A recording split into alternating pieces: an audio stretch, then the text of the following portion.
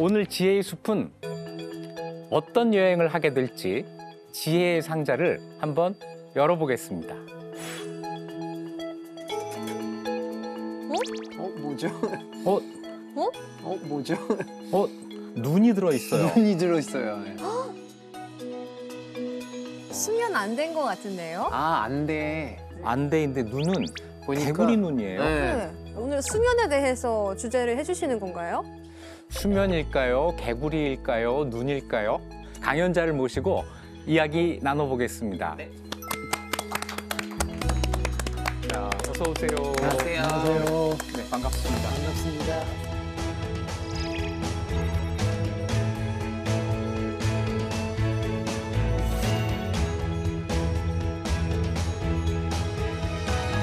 아니, 저희가 이 방송하면서 지혜의 상자 안에 이 물건을 보면 대충 짐작이 가거든요. 네. 오늘은 안 되는데요. 시작도 뭔지 모르겠어요. 두 가지 이 의도가 있었던 것 같은데요.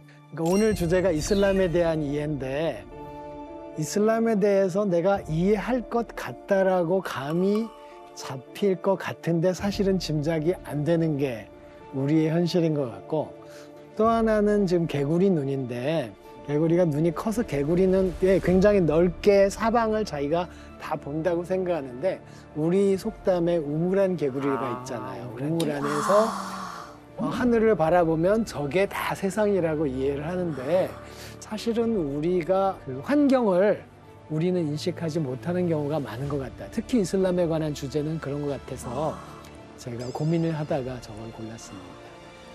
네, 우리 한국인들이 이슬람에 대해서 가지고 있는 이미지는 거의 고정이 돼 있는 것 같습니다.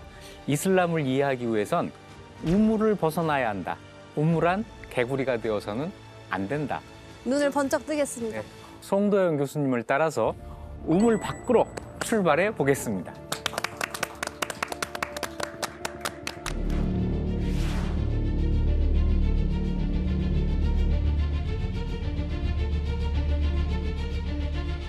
정복 전쟁을 하면서 이 사람들은 평화의 종교도 퍼뜨린다 해요.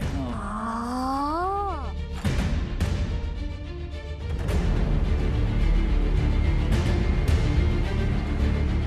유럽인이 나라를 중동 한가운데다 알박기를 해낸다.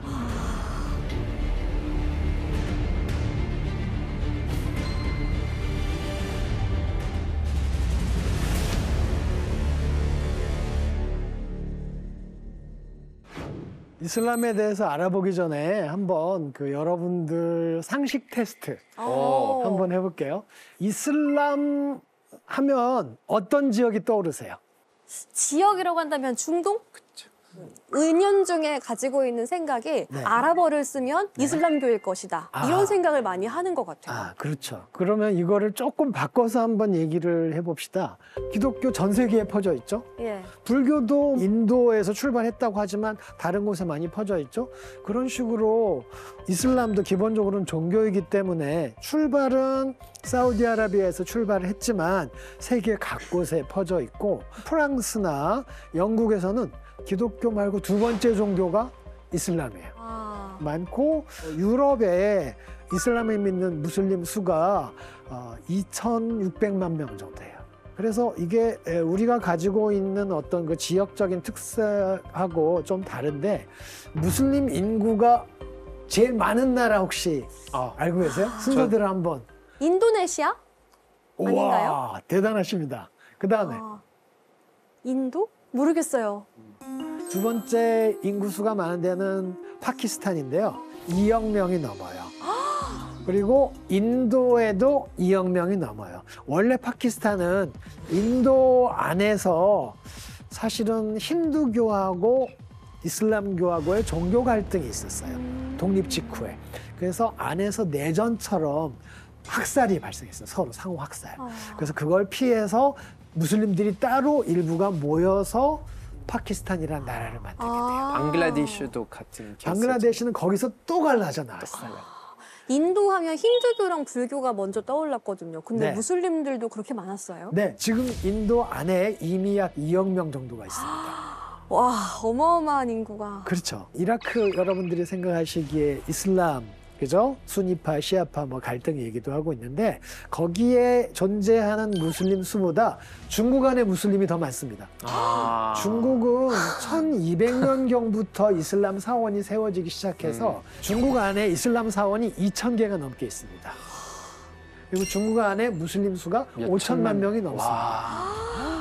약간 충격이에요. 제 모든 이 편견을 와장창 깨주시는 것 같아요. 죄송합니다. 아직 깨지려면 멀었습니다. 그러면 중국 안에 있는 무슬림교가 거의 대한민국 인구잖아요. 만큼 되는 거예요.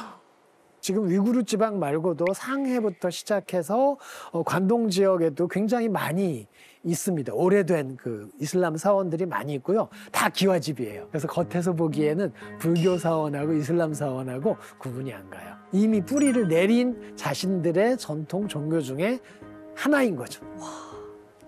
근데 이제 미국이나 유럽에도 무슬림들이 많이 있어요.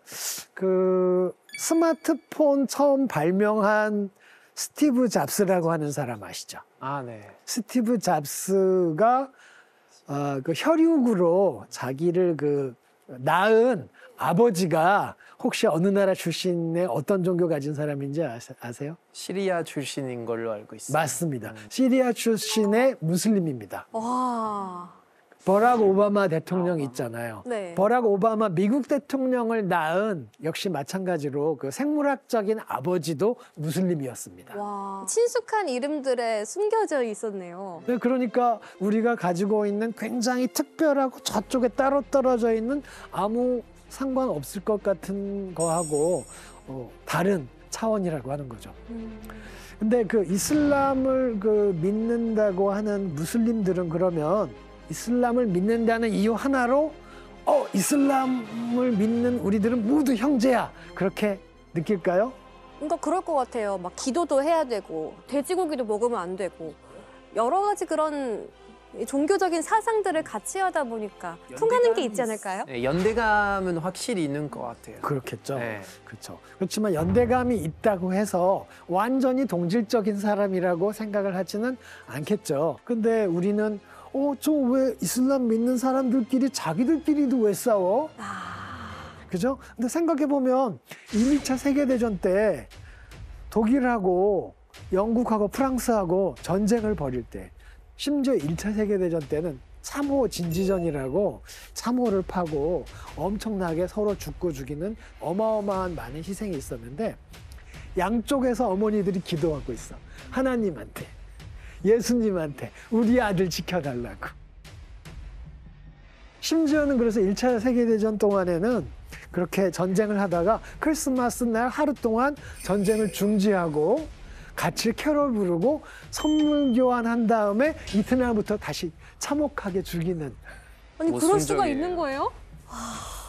그거는 1차 세계대전의 사례일 뿐이고요. 예. 사실은 구교와 신교, 가톨릭과 프로테스탄트 사이에서는 프랑스에서는 뭐 위그노 학살이라고 해서 서로 어마어마하게 죽였고 그다음에 영국에서도 장미전쟁이라고 해서 어마어마하게 죽였고 같은 종파끼리도 처절하게 죽이는 역사가 수백 년 전부터 계속되어 왔거든요. 그러면 이슬람 지역에서 이쪽 저쪽이 전쟁을 하는 것도 당연한 거죠. 그렇지만 이해관계라고 하는 거는 기독교 문화나 불교 문화나 마찬가지로 서로 이해 집단들이 다르기 때문에 합치기도 하고 흩어지기도 하고 싸우기도 하고 뭉치기도 하는 뭐 그렇게 보면은 별로 다른 게 없다. 그렇게 얘기를 할 수 있겠죠.